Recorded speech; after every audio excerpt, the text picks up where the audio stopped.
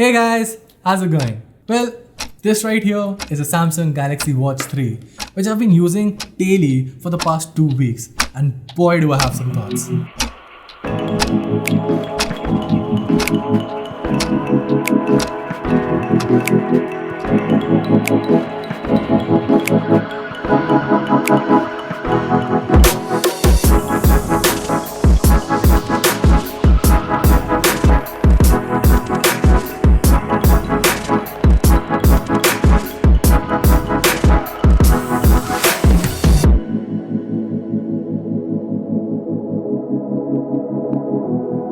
Now, I'm not gonna say that it's great or it's bad or something like that.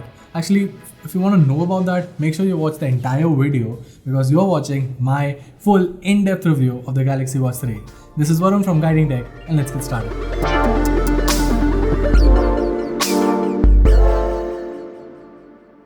Okay, so let's start off with the design here. The watch comes in two variants, a 41mm and a 45mm. This right here is the 41mm one with a 20mm conventional type quick release strap. Now at a first glance, the design might seem a little bit uncomfortable, and I get that, but once you start wearing it, trust me, it's way too comfortable. In fact, I usually do not wear my watches at night while sleeping, but the Galaxy Watch 3 is a unique exception because with this watch, I never had to worry about any sort of discomfort while going to bed. Also, the stainless steel here not only looks premium, but also makes it quite sturdy. It has the classic circular dial around it, which is by far my favorite thing about the Galaxy Watch 3 because it makes navigation just so much easier. Now on the sides, Samsung has opted for two circular physical crowns unlike the flat buttons that they previously had. Now this kinda makes it prone to getting tangled into some cloth or something like that, but it also makes for a much more easier haptic feedback, so I guess that's a fair trade-off. Now the display here on this variant is a 1.2-inch Super AMOLED display, which is bright, colorful and sharp with great daylight visibility. The touch here is quite responsive and accurate, and my favorite part is the way the display has a great text scaling that allows you to see all the health related stats, app notifications and pretty much every other text that comes up on the screen without any issue. And let's not forget all the amazing watch faces that it comes with. Now one issue that I do have with the Galaxy Watch 3 is in terms of the overall protection. See, the original Galaxy Watch came with Corning Gorilla Glass DX Plus certification, while this one right here comes with just a normal DX. Now that is a straightaway downgrade and somehow feels like a disappointment. I mean, it is still pretty good, but obviously it won't be that good as the original Galaxy Watch or even the Galaxy Watch Active 2. Other than that, the watch comes with IP68 certification for dust and water resistance, which is fine, which is pretty much actually the general standard for every smartwatch out there. Actually, it's the good ones. So yeah, that's good. Overall, in terms of design, apart from the side buttons, not a lot has changed from the Galaxy Watch. And that genuinely is a good thing because I genuinely loved the design of the original Galaxy Watch. And if it ain't broke, why fix it? See, apart from that Corning Gorilla Glass protection that has been a downgrade, everything else about the Galaxy Watch 3 is great in terms of the design and display. Now coming on to the tracking abilities, the watch automatically detects most of the major exercises and starts tracking the relevant data as per the exercise, such as number of calories burned, heart rate during the process of exercise and much more. Now it also comes with an SpO2 blood oxygen monitor sensor, which sounds good, but the experience hasn't been that good. See, first off, it takes forever to actually analyze and report your data, and what makes things worse is that you have to keep your hand super steady. The watch also supports ECG, but that feature is currently not supported here in India because it's still pending approval. But once it gets the approval, the feature will be available to Indian users as well because the watch obviously has that hardware. Now, other than that, there's the sleep tracking, which works great for the most part. See, at night, it's great. But the problem exists when you're trying to track your sleep or basically power naps during the day.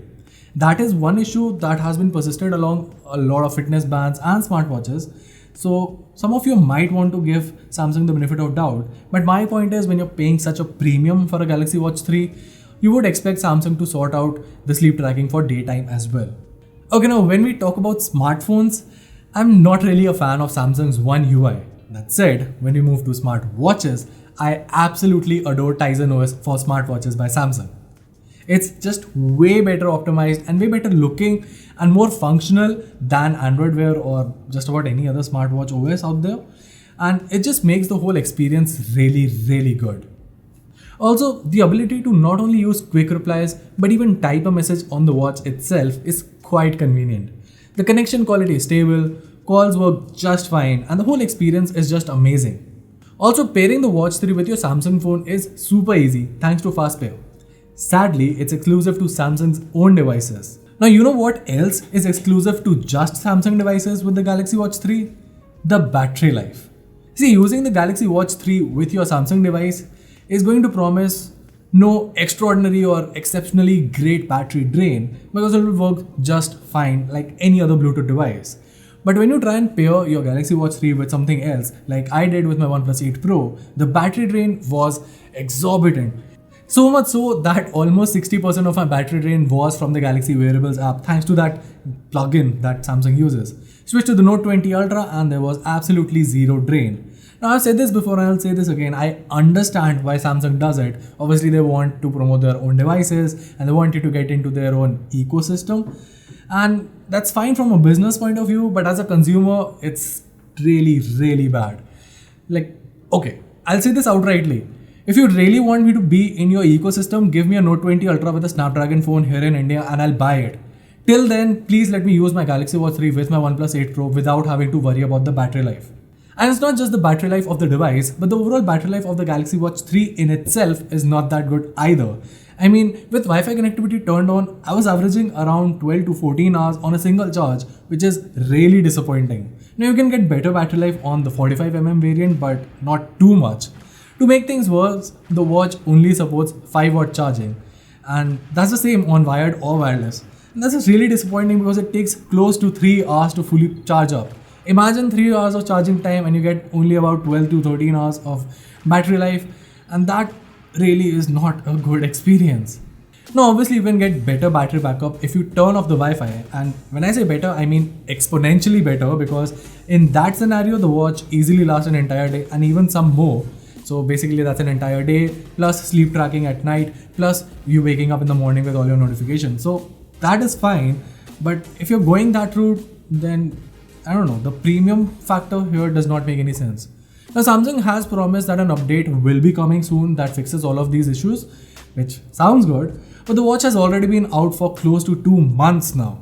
So if Samsung already hasn't fixed this issue, that is a deal breaker, at least to me. Also, about that wireless charging, it only supports wireless charging with Samsung's certified own Qi wireless chargers or your Samsung Galaxy Note or S20 series that have power share feature. You cannot use it with any wireless charger out there. So, I mean, it's not the true wireless charging experience when you're still bound to the company's wireless charging products. Imagine having to spend extra on a new wireless charger that still charges your watch at just 5 watts. I mean, it sounds weird. Samsung is doing it. Doesn't make any sense to me. And that's the entire verdict.